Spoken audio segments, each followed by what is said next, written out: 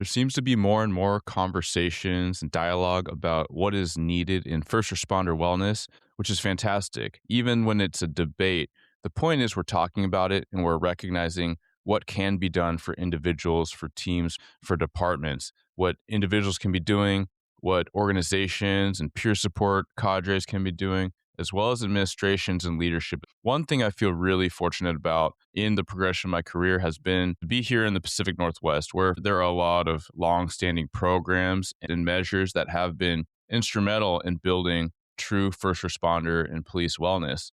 Although I've gotten a lot of nods through the years about what is really cool that people are seeing in the Northwest or the West Coast, it's really beyond that. I mean, there's a lot of small towns to big cities doing really innovative things in order to support our people, our employees, and our personnel so that they can do the job to the best of their abilities, serve those out in the public and those at home. In this conversation, I'm really excited to feature a long-standing asset and resource here in Washington State and supporting the surrounding areas, and that is Code 4 Northwest. This conversation isn't just a takeaway for those that are local to the state or the area. What I'm excited about is to feature a conversation that people of any agency or jurisdiction or region can hear the concepts, hear the ideas that we're showcasing, and think about how you can implement them in your own department, work with the community, work with legislation to get the support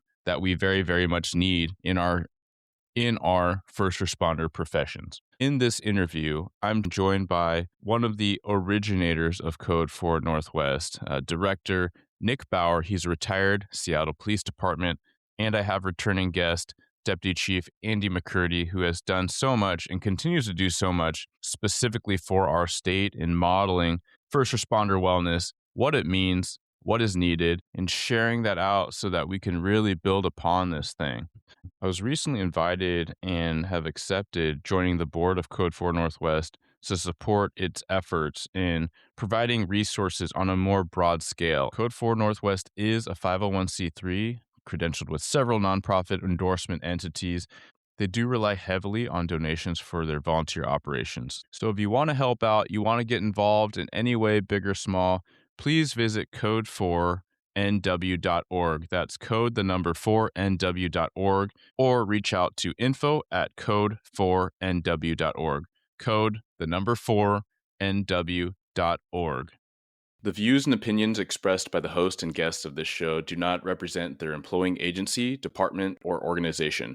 All information should be regarded as anecdotal, contextual, and educational, and should not be misinterpreted as legal or medical advice.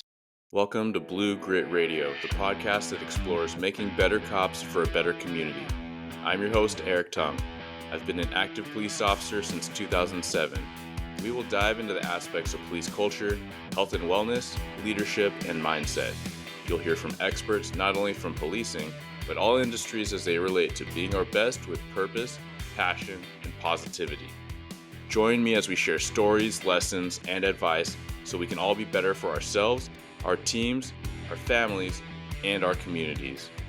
Welcome back, everyone, and welcome returning guest, DC Andy McCurdy, and new guest. It's crazy it's been this long, but Nick Bauer, thank you for coming on the show. We're here to talk about Code 4 Northwest. We're here to talk about tangible resources and assisting our first responder, frontline responder community. So, gentlemen, thank you very much. Thanks for having us. Good morning.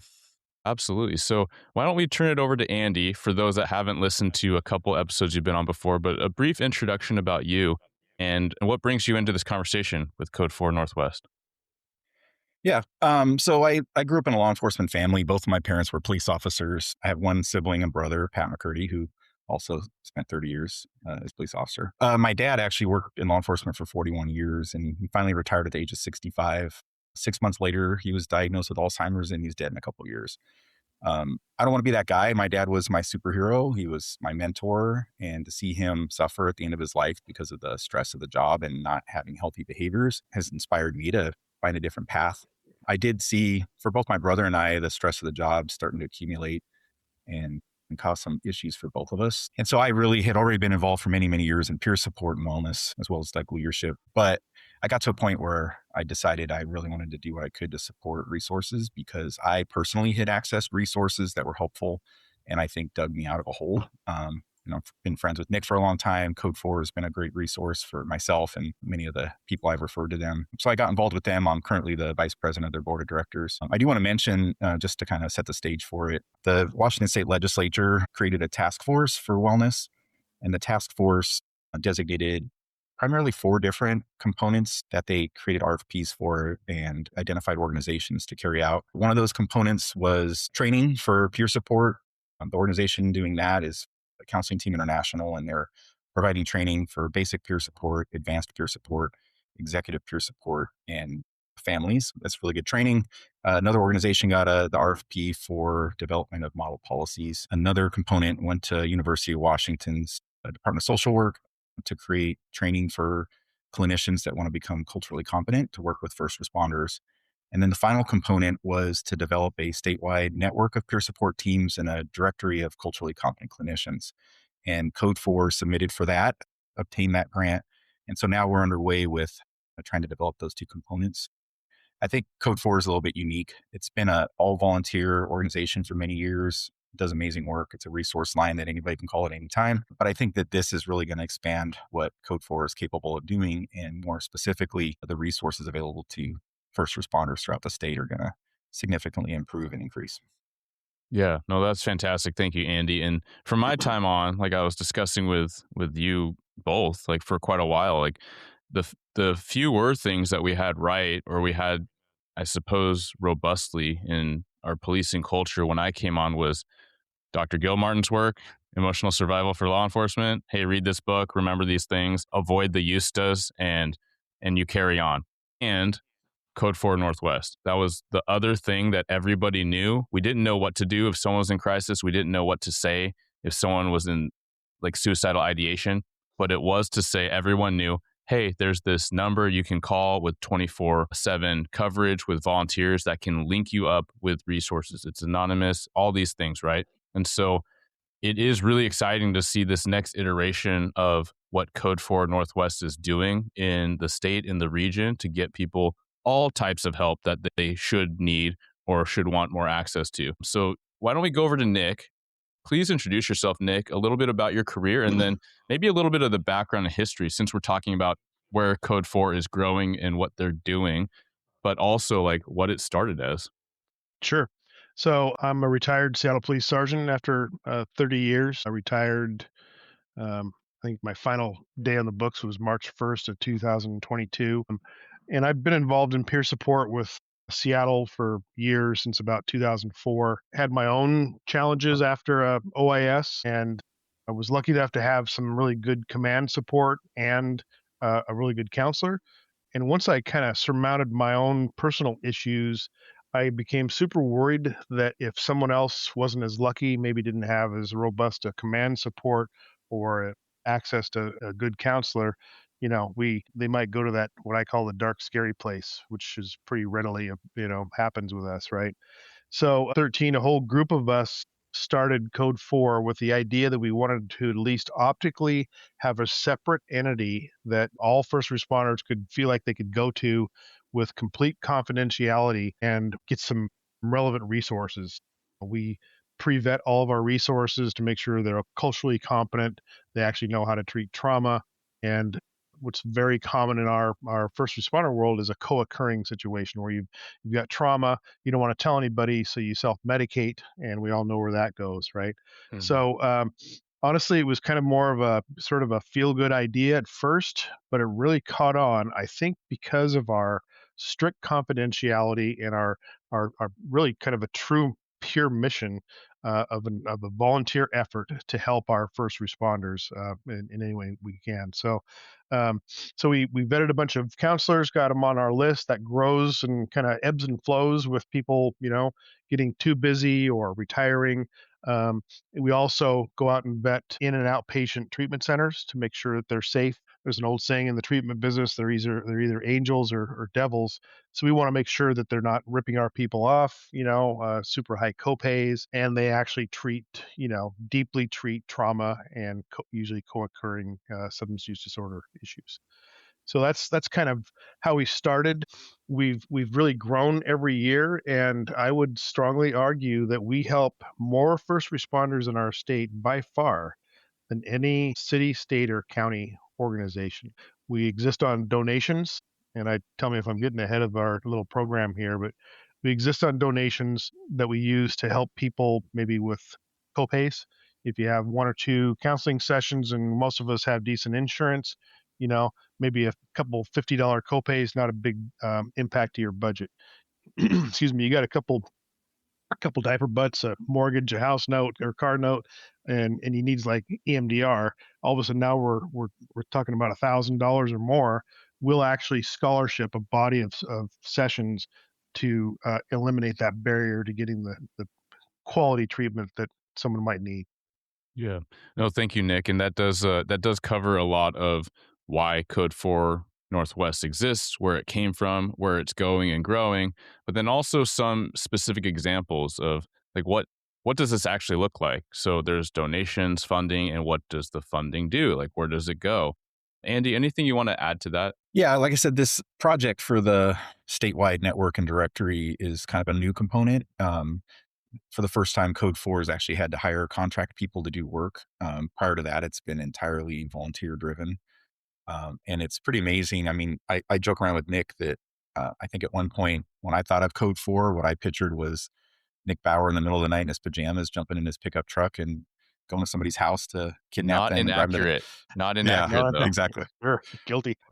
Luckily, we got him to increase the coverage of his pajamas over the years. But yeah, no, it's. I mean, at one point that was when I thought of Code 4. All the times I got people to help, they all raved about how amazing it was. But it was pretty much Nick, right? And my getting involved. I have, you know, I've been an executive in law enforcement now for over 10 years, and really just wanted to come in and help with the system side of it and build it out so that it's not only able to serve more people, but that some of the things that people like Nick just do intuitively, that we do intentionally instead. And, how we connect with people, how we link them up with the resources. I think most first responders, two things happen. One, they want what they want, not what they need. And so a lot of times in wellness, we're providing the thing that we like. Like I spent many years in as a coach for weightlifting and CrossFit and all that kind of stuff. And, the physical body is directly connected to our nervous system and our brain, right? And so physical health is important. But when someone has a higher level of need, like I found myself being in that situation, that physical part of it can become more harmful than helpful, right?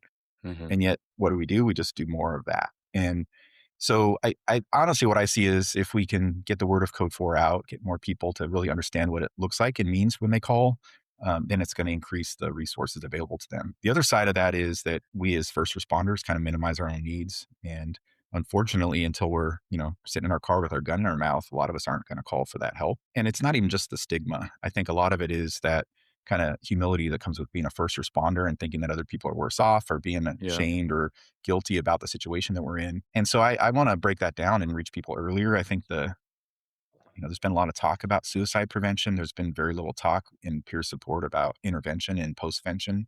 And so really that's kind of what I want to see things going toward. And I think this project's going to help us move that along.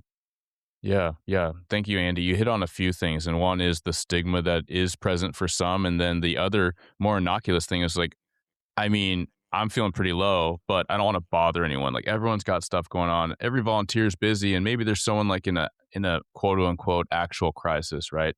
And Yeah. so we talk about the critical nature of confidentiality is really the backbone of what's made Code 4 so successful. Nick, maybe you can expand a little bit about what does happen when somebody calls. Is it always someone in crisis? Sometimes is it someone that's with someone in crisis as kind of that peer role? And really, what does that look like on the other end? Sure. Yeah, and we try to be very emphatic that we are not a crisis line. If you listen to some of our own podcasts, there have been examples of people that have called who are in full crisis, actively suicidal, and just by the grace of God, we've been able to kind of put resources together to help that person. But we're really resource referral line at our core. And what that means is, maybe you had a bad call, a horrible accident, God forbid, a OIS or LODD or something. or you're just kind of like you're talking about Gilmartin, you're starting to kind of not really feel it in your life. Um, you can talk to an old salty sergeant like me who's, willing to actively listen, and maybe offer some just little kind of peer support bullet points of maybe change this a little bit or change that, or maybe this is another way of looking at it. I think of a student officer who's gone through the academy. They've worked like crazy. They've made that benchmark graduating from the academy, and they're like, okay, I'm good. But then they go into field training, and maybe they're not operating under live fire situations, right? Or actual police work in an FTO car. And it causes you to kind of freak out. It's like, wow, I might not be a cop here if I don't, start getting it. Hmm. I've had a number of calls through the years where people are, they're looking for a little bit more of a mentorship type thing. They can discharge some of their emotional stuff, and also maybe get a couple pointers on just, hang in there. And I know that seems extreme. I know your FTO seems like a jerk, but it's all part of the program. So Yeah. it's kind of like no call too small kind of a vibe on up to, we've done not only just taking calls, but we've actually responded, and maybe it may or may not have been in a pickup truck in my Batman suit, Andy, and done interventions. I'm trained as an interventionist. A couple of our other cohorts are. I think our record is we went to a guy's house at 10 in the morning, and at 3 p.m. he was headed to an inpatient treatment center. I think that's just from us being patiently listening and then integrating suggestions and assertions that's like, look, man, I hope you recognize you're not okay. And we're not going to force you to do anything, but we all know where this is going. You're going to be out of a job. Your relationships are going to be severely damaged unless you do something proactive. The nice thing is, since we have pre-vetted resources, they're not going to a 1960s, mothballed hospital for treatment. And it smells like, cigarettes and stale booze. These are quality, clean, effective places that we send them in the inpatient side. And the counselors, they know how to treat trauma. They're not daunted by some of the crazy stuff that we're exposed to, um, and they actually heal people. Yeah. As far as and is that what you mean? And as far as like how the call structure happens, what happens when someone calls, Yeah, you for know, sure. I mean, you gave several examples of what that might look like. Somebody just in a elevated stress, right? And allowing someone to have a decompression, a sounding board. Not everyone has peer support, and or not everyone has a peer support team or program that they truly trust in, right? And so it's providing that all the way up to somebody in critical crisis where that is where the donations may kick in, where yes, you have your family, yes, you have your mortgage, you have your bills, but we can drive you out, and then the donations can fund your flight, and then maybe the insurance will cover your treatment with a pretty low cost, right? And so thank you for helping illustrate that. Andy, I want to go to you and see if there's anything you want to kind of add on to there. Yeah, I'll talk a little bit about the perfect candidate to call code for, right? And anybody can. But I know for me personally, I spent many years feeling burned out. And a lot of it was because of and other people have listened to other episodes I've been on with you. I've talked about my personal traumas with my family and medical issues and my best friend being killed in line of duty or dying in line of duty and so on and so forth. And then combine that with my background. I'm a subject matter expert in sexual assault, domestic violence investigations, trauma-informed practices and such, right? So I love those challenging assignments, but when your family life and your home life are kind of a lot of stress everywhere and you don't feel safe anywhere, it leads to burnout. And a lot of people are like me where they go on for a long time, kind of white knuckling it through life and feeling burned out. And I remember I had a conversation with a friend of mine who's a therapist, and I have seen a therapist my entire life, and I've seen different types of therapists at different times for different needs. But I remember I was talking to her and I was talking to her about like, yeah, my sleep is garbage. My digestion's messed up. I'm having these weird physical injuries. I'm not feeling joy anymore in life.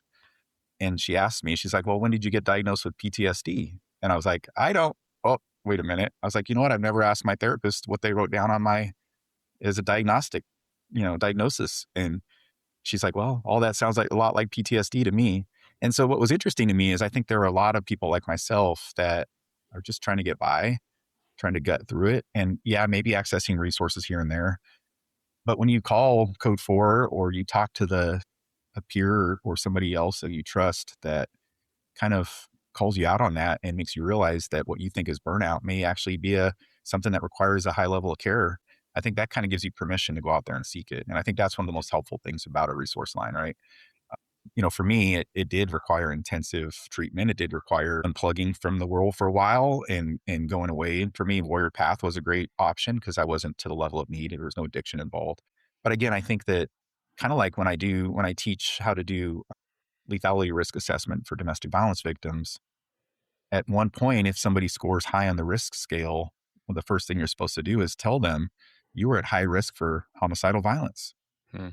And when you tell somebody that, a light bulb may go on that says, you know, it's almost like giving them permission to seek that help.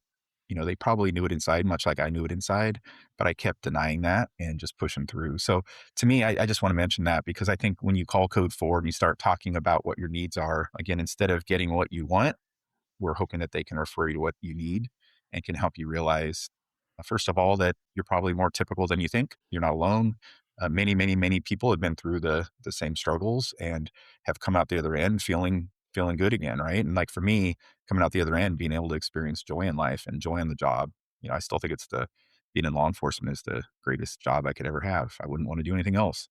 But for a while, I lost that, and I hate to see people either leaving the profession or losing their lives because they don't have that feel safe enough to acknowledge it and seek the right kind of care. So I think that's what's beautiful about Code 4 is you can talk to someone that can mentor you through, kind of identifying what your needs really are and then linking up with that right resource. Yeah. Thank you, Andy. And a couple things I really love that you highlighted. One is that it's it's a lot of times the high performers that I don't want to use the word need because there's a stigma with that, right? But they could really use that help because you have so much on your plate. And literally having gone through and being able to watch Dr. Gilmartin speak yesterday, it's super fresh on my mind, but like where does stress come from? And it's really high expectations and demand, which no one would argue the type of work we do. And I'm not just talking about like typical traditional first responders, but frontline responders, ER nurses, flight nurses, dispatchers, COs, right? All of these very high stress roles and then low control. And so when you have so much stacked up on your plate, like most all the people that listen to this kind of thing do, you are wearing so many hats. You have home, you have work, you have extra hats, you have volunteer stuff, right? You have peer support. And so your control is actually lower and lower and lower because you have come to expect so much of yourself and so does everyone else. And so it is recognizing like the power of the team, which I love so much about. That's what Code 4 Northwest has been about. And that's what we are trying to build it up to recognize these additional resources, right? It's not the end all be all, but it is a hub that can connect you with all these clinicians, all these direct resources, these different organizations that specialize in these different resources and really get people to where they need to go. Because we've talked about a lot prior on the show, but we recognize just just going on and dialing up a clinician is, I mean, you're rolling the dice. And how many times have you heard? I know a lot of people that are listening might feel this in themselves, but I've heard from a direct peer or a colleague saying, yeah, I hit up a therapist and I felt worse afterwards because I was sharing some of the stuff and I almost feel like I traumatized them. And how messed up does that make you feel, right? It's not constructive. And then you feel like you're backsliding. Well, and I think it's important to mention therapy is not easy, not if you do it right. And especially somebody with a high level of need, like where I found myself, it takes a long time and it takes a lot of humility and it takes a lot of facing some of the, not just the struggles, but also the coping mechanisms that you apply that weren't helpful, right? But it's worth it. The period of time that the longer you kind of relax and kind of relinquish yourself to it and participate in it, the quicker you get through that difficult time and the faster you get to the positive and uplifting side of treatment. And I see a lot of people get stuck in that place where they're just resistant to it. If they just drop that resistance, things go a lot smoother and are longer lasting, more effective, and quicker. Yeah, absolutely. This might be the perfect time to talk about that network, right? Talk about these vetted clinicians, but also this directory. So, Nick, can you open up and tell us a little bit more about that project? Yeah, so if you imagine Code 4 has two main divisions, if you will. We're kind of small, and now we're big stuff because now we have divisions, Small right? but mighty. Yeah, Yes. small but mighty. So we have the volunteer side, which is the traditional Code 4, call takers, answer the call anytime you call, and give a sympathetic ear, make referrals up to and including inpatient treatment. And then the other side is So I want to recognize we try to be apolitical, absolutely apolitical in Code 4, just because you go one side or the other. There's going to be people that are going to be off put and maybe not use the services. We want to be available to every type of person or background that exists, right? But I want to recognize Representative Lauren Davis. She came up to me after a talk I gave to this state rep group and said, I'm very interested in helping Code 4. I know what your mission is. I know friends who have been benefited from your services. I want to help on the legislative side and to maybe get some money for you all. So honestly, at first I was like, okay, well, that's cool. A lot of people make, promises and I never hear from them again. She actually followed through and he helped some of the language. I helped write language for House Bill 2311, which provides funding for training and other resources for first responders all throughout the state for a couple of years. So, and then through that, of course, there's always budget issues. And so it got kind of parsed out into different lanes. And we bid on one of those lanes, like Andy said, to provide a statewide available resource list, basically a kind of a copy of what Code 4 on the volunteer side has, but re-vetted. And we've actually, we're on a program to go find other quality clinicians and resources. So we're underway in that right now, full speed. And so the goal is to have a website that we're working on that will, if you're looking for something, you don't want to talk to maybe somebody on the phone on the Code 4 volunteer side, you can go to the website and find a robust resource that's been pre-vetted, that's actually effective, and go forward. So, I'm very grateful for Lauren Davis's work and that we have this opportunity. I can tell you we're taking it very serious because we, like Andy said, we've been volunteer since 2013. It's pretty remarkable. And I have to say that all of our call takers are current or former first responders who have been, what I call in the hole at some point in their life themselves. So they know what hopelessness feels like. They know what grief feels like. And I think if you've been in those situations and you've surmounted your challenges, you're going to be much more qualified to help somebody, because you literally know what it feels like, what it smells like, right? So, I'm a little resistant, or I was, to this formal grant side, just because we're so used to doing things for free. And I'm like, okay, with money comes maybe some people having input, but it's actually, and I have to credit, Andy has brought upper level command credibility to the equation. Eric, you're part of this thing now. I'm super excited about how we are actually growing and what the future is going to look like, however that appears.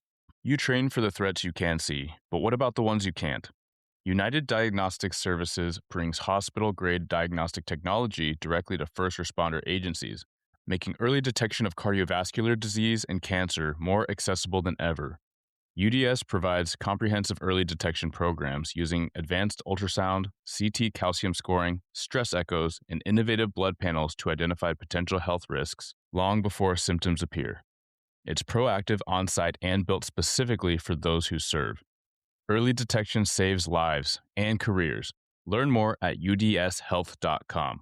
From interviews to jail calls, Ditto Transcripts delivers fast, confidential, and court-ready transcription for law enforcement agencies. Ditto is CJIS compliant and is already working with agencies all over the U.S., including the Washington State Patrol and the National Park Service Investigations Unit. Get started now at dittotranscripts.com. That's dittotranscripts.com. To hear details about all the applications of Ditto Transcripts and exactly why this is a key solution for your organization's workload issues, check out episode 232. Yeah, absolutely. No, thanks so much. Andy, anything you want to add there? Yeah, I do want to mention the legislation that Nick is talking about. It was competitive, right? And I think the reason that Code 4 got that grant was because it was reinforcing the work that they were already doing, which was very unique. I think most of the organizations doing that work had a dog in the fight, right? Like they were a treatment provider and they were developing a network, and so I think Code 4 got it because they're neutral, like he talked about, apolitical. It's about gathering of resources. But I also think what we're doing that's unique. There are a lot of organizations right now that are certifying or vetting clinicians or peer support teams. But I think what you struggle with, and I've experienced this as well, through a lot of these networks, when you reach out, you get one of two things. You either get a brand new therapist who's still in training, who's kind of being assigned to you because they're available, even though they may not be the best trained or qualified, or calling and trying to schedule appointments and nobody's taking new clients and so on and so forth, right? So I think what we're really trying to do is build our list so that it's not just a robust list, but we are able to filter out based on their expertise, their licensure, uh, their areas of interest, and also their availability. So it's not just giving people a list of people who have been designated as first responder competent, but that we've actually interviewed them, confirmed their licensure, reached out to people who they've treated to make sure that they are providing appropriate care. And this whole vetting process is not just Nick and I doing it. We've been hiring very well qualified clinicians with a lot of experience to help us not only create the vetting process to go beyond what Code 4 had previously done, but also to assist in that vetting process to make sure that we're identifying the best people, right? And there are going to be a lot of people out there and in Washington State who have a designation that says they're first responders, culturally competent, or that they're on different groups through IACP or wherever else that has designated them as such. But our list is only going to contain those who are wanting to treat the people who call our resource line and who we've confirmed are the best people to do that. And the same can be said for the peer support side. When we develop this network, the goal of it is not just to gather names of people who have been designated by their chief as a peer supporter, but to make sure that we're providing ongoing education and training abilities to gather and conference and learn from each other and develop best practices and make sure that we're applying peer support in the proper way. Like I mentioned before, I think traditionally in Washington, peer support has been very much CISM or CISD based, which definitely has its place, but I think it needs to be much more than that. Really what we're trying to do is identify teams and individuals that either have that advanced training or understand it and are seeking it, and then give them the resources to be able to go out there and expand beyond that traditional model. The struggle with wellness and peer support is it's everything all the time, but what it should be is the right thing at the right time. And I don't see very many teams that are doing that because they're kind of constrained by past practices or traditional models that don't encompass the wide variety of needs. The other thing I wanted to call out is Code 4, two other things actually. One is that Code 4 also supports family of first responders. And I think that's a little bit unique as well, because a lot of the stress I've faced have had to do with my family. And so whether it's treatment for me or my loved one who's struggling, them receiving treatment also makes my life easier. And then the other side of it is this legislation that we've talked about expanded the definition of first responder. And so no longer is it only police and fire. It's also dispatch, corrections, medical examiners, co-responders. And I think by expanding that definition of first responder, a lot of those first responder groups work together. And I think politics in the US right now have created tension between these different groups that is unnecessary. And I think when you look at the line staff out there in the field, they work really well together. They care for each other. They love each other. But I think, especially at the leadership level, there's tension that doesn't need to be there. And I think by addressing the needs of the line level staff, the reality is whether you're a co-responder or a police officer, firefighter, dispatcher, corrections, you name it, your needs are very similar, but you also have some specific needs in areas of who you're going to seek treatment from and who's going to be your peer. So I think by expanding what peer support teams do and expanding the makeup of those teams to include these other non-traditional groups, I think just increases the resources for people who need it the most. Yeah. Because the reality is if there's a major incident like a line of duty death or natural disaster, if I know I can call in all variety of first responder peers, for one thing, I may not be providing direct support to a person who's not a cop. In fact, as a chief, I'm probably not going to provide direct support to somebody else who's not a chief, but I can be in the backside, helping to organize, helping to bring the right people in, making sure on the back end that we're able to call and access the directory. And I think that's the beauty of it. So. Yeah.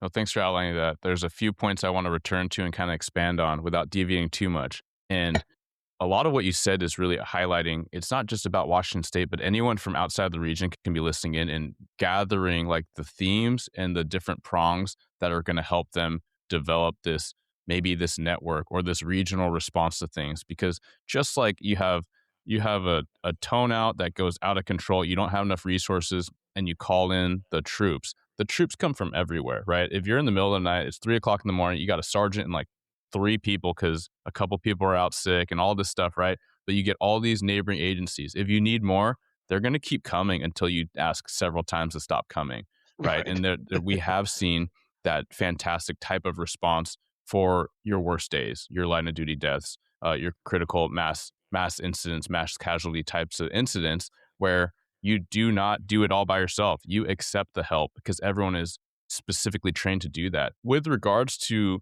clinicians, I just want to underline that where you said, yeah, some people might have a designation like they're first responder, kind of culturally competent, but sometimes you don't know. That might be, and I'm not saying it's disingenuous, but it might be a class or something that they got a certification in, or they feel like they have that context. But our standard is higher, right? Because if you're talking about direct stress because of the job, because of the family strain that the job and shift work and this type of profession may surround you by, then it takes a certain level of care. That takes a different kind of relatability, specificity. And that's really what we're getting at, is that vetting to have that quality assurance. I've said many times on the show, I've approached counseling before for general, just like life stress. I didn't feel anything specific to first responder work. And I did mentally say, I'm going to clear up a clinician for someone that needs it for post-incident type of stuff. But I just want to talk about like just being a working dad and just not feeling like I have enough gas in the tank. And I talked to a clinician. He was not first responder certified. And he was great, for a stint. It helped me kind of get some objective feedback. And then I went back to what I was doing. And so I do want to discern that. I'm not trying to write off people that are not first responder trained, but sometimes we need something specific. And you really illustrated that well in what Code 4 Northwest is trying to do. And I hope that people get that, whether they're in Washington State or the region or not. There's ways that you can inject this, because I do know so many agencies that have tried to maintain a list of clinicians or peers, but sometimes there's like a couple on the list and, oh, that person's not active anymore, or that person's not taking clients. And now what are we left with? Nothing, right? And that's where a larger network like Code 4 Northwest is actively maintaining and building. That's what's really promising to me.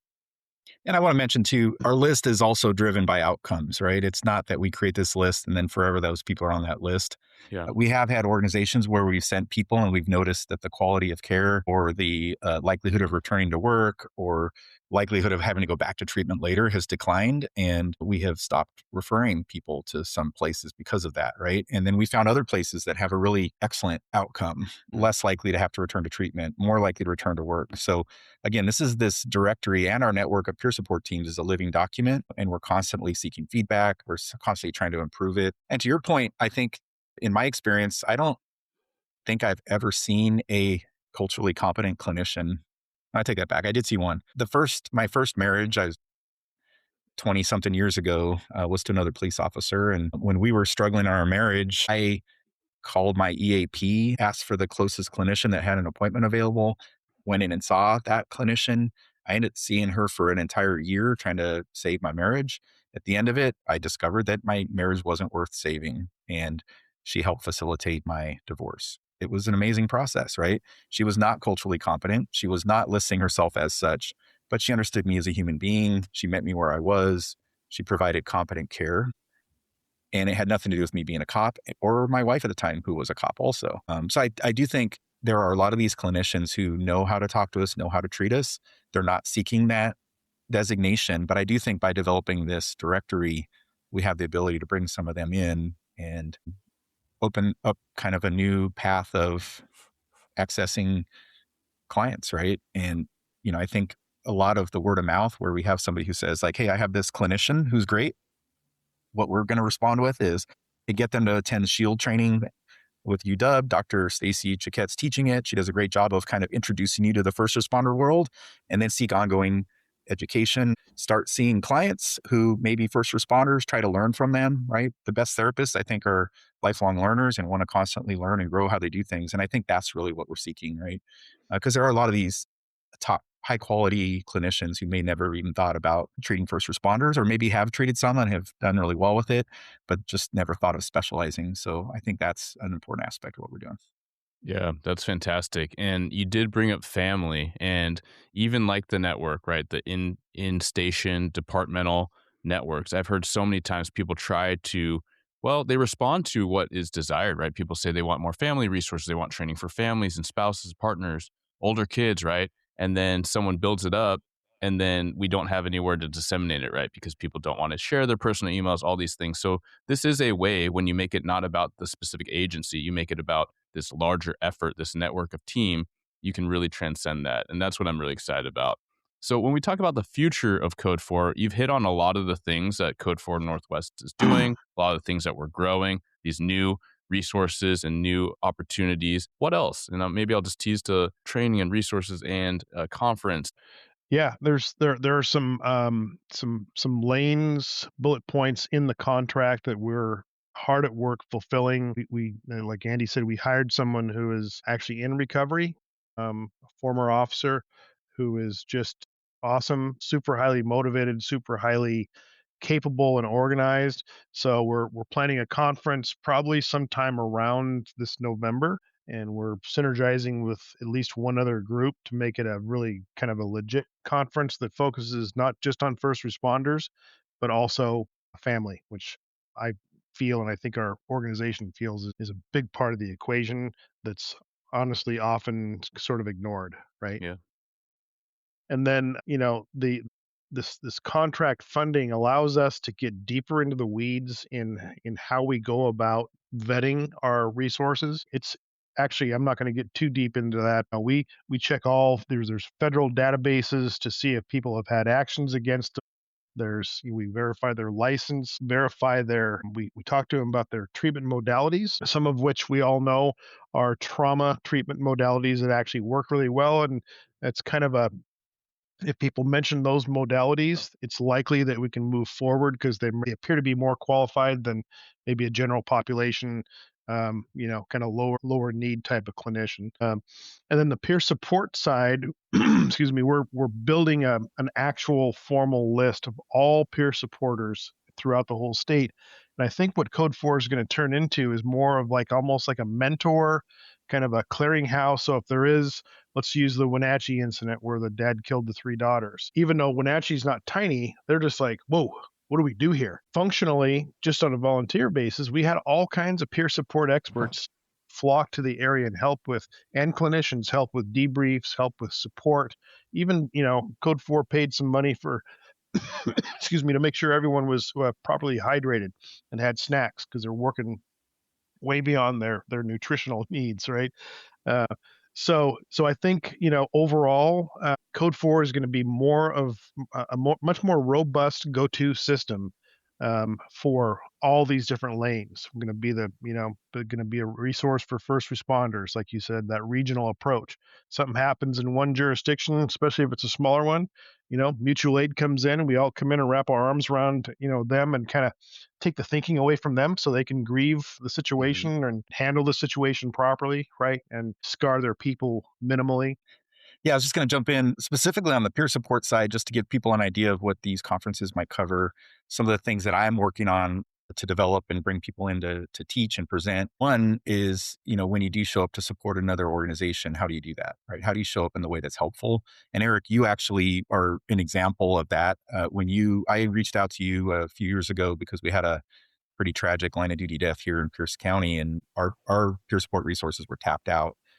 And you actually reached out to the peer support team leader of the agency most directly impacted. And she actually raves about your email to her because you specifically said, usually you'll be like, hey, I'm available. Let me know if you need any help. They don't know what to do with that, right?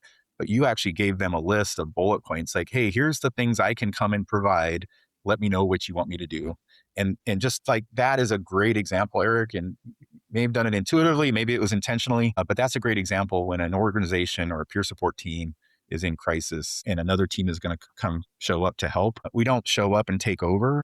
We show up to stand by them and provide them support and care, but we need to do that with their support and consent, right? And I think you did a great job in that particular instance of that. On the back end, I was building out kind of the structure of what it looked like and dumping resources into different areas. But so I do want to provide specific training for teams and team leads about how to show up to support other agencies. If we're going to have this network, we need to have some understanding of that, right? So that agencies know what to ask for.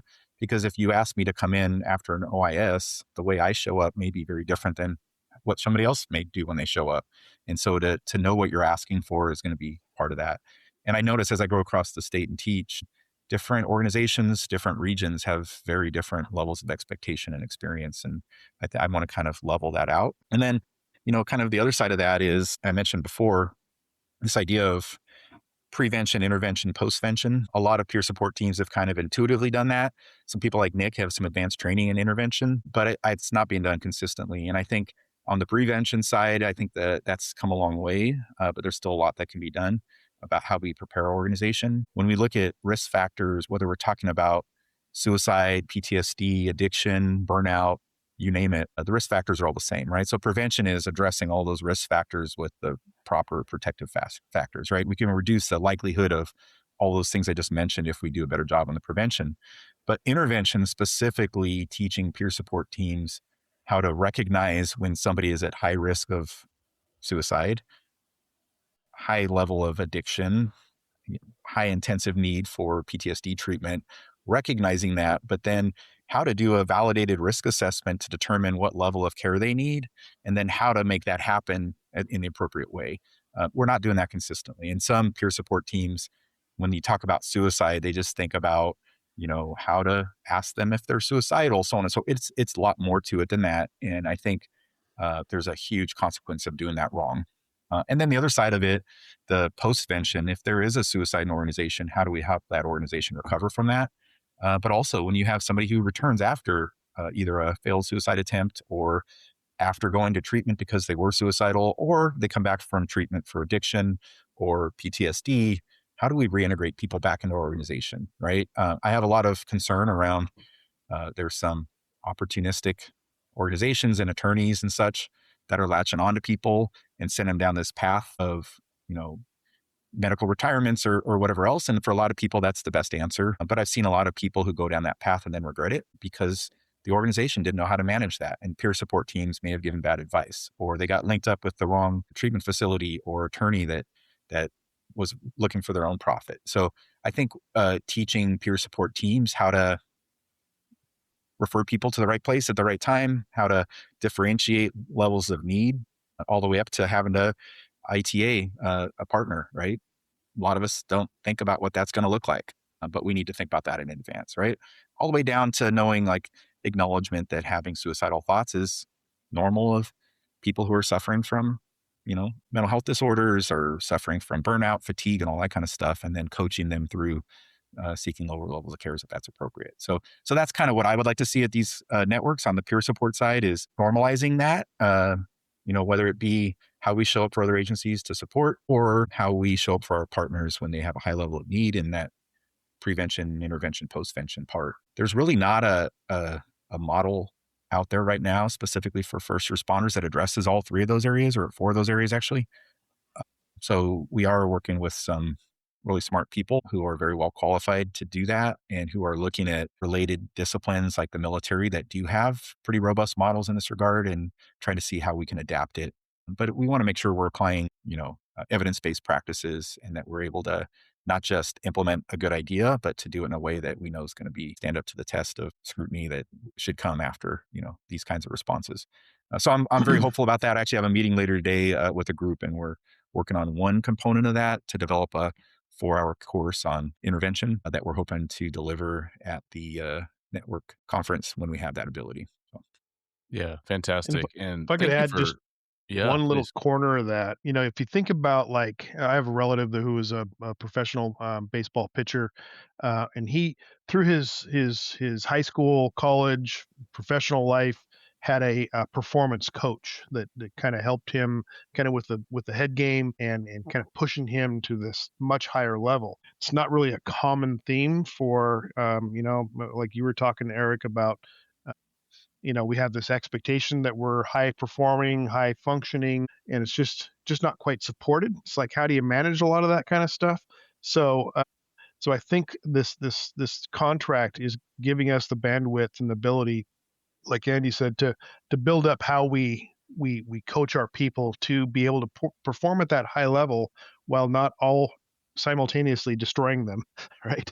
And not making them a martyr, as they go into through their career and into retirement. So I think that's a big kind of important distinction, because it's very high performance spikes throughout a career, especially for the line officers or the dispatcher, the firefighters. So that the more we can kind of coach and support that high function, and then also help them kind of ramp down to be, a kind and meaningful father, husband, spouse, partner, the better off the whole industry is. Yeah. Well, thank you so much, and Andy, I appreciate that reminder. I would not have remembered it quite that clearly with that specificity, but I think that is like a great allegory because when we think about like the best patrol partners, they're not the person that shows up with hands in pockets saying, "Hey, like you need anything?" Clearly, you're just like offering, but then you're ready just to leave, rather than the person that's like, "Hey, has that person been interviewed? Okay, I'm going to interview that person that looks like it might be a witness. Hey, I'm going to surveil. Hey, do you need tape? Okay, no, someone's got tape. Okay, cool. I'm going to take photos. Tell me what else I can do. I'll be right back." Like that proactive offering and approach is some of the best peer support I've seen, which is like, hey, I don't want to bug you, but I'm free if you want to call. No need to respond and or following up, right? And so I think that's a direct thing that we are building for Code 4, which is like, hey, these are the things we can do. These are the things we want to partner with, and these are the areas we're growing in. And so with that, I appreciate both your time in illustrating so many of these tentacles that we're building and growing into. I want to end with, what can people do? What can people do to reach out if they hear all this? They're like, you know what, I want to be one of those volunteers, call taker, or I just want to help out the way I can. I'm not sure exactly what y'all need, but here's what I'm really good at because we are building a lot of that. So how can people follow along, get involved, and reach out? Yeah, I mean, you can call through the hotline. We can figure out how to give our direct phone numbers. We're always looking for volunteers for call takers is kind of the step one, gives you some repetitions and kind of in the trenches. And there's through the contract, there's all kinds of opportunities popping up. You know, like I said earlier, we started in 2013. We have many of the same call takers that we started off with to this day, and we're not paying them any money. So It's the mission is impressive. compelling. It's relevant. For me as a retired guy, it kind of gives me continued purpose in life. It's super rewarding, much more valuable to me than maybe a buck or two. So yeah, just reach out, and if you have something we feel like you can contribute or you want to contribute, we will do our best to find a place for you. 'Cause I think this is growing. I'm super grateful. We were kind of this little cottage hidden away, and now we're turning into this robust system that I think is going to hopefully help a lot of first responders, especially in that proactive space. I think we do really good at helping people when they're falling apart in that reactive space. And I think Andy is with me 100%. We want to be much more effective in that proactive side. Have rookies, brand new people think about counseling, thinking about monitoring their mental health and their mentality right from jump. And so, yeah, please reach out. You can call the hotline, and then they can come straight to me, and or maybe I'll send them over to Andy since Andy has nothing better to do. Yeah.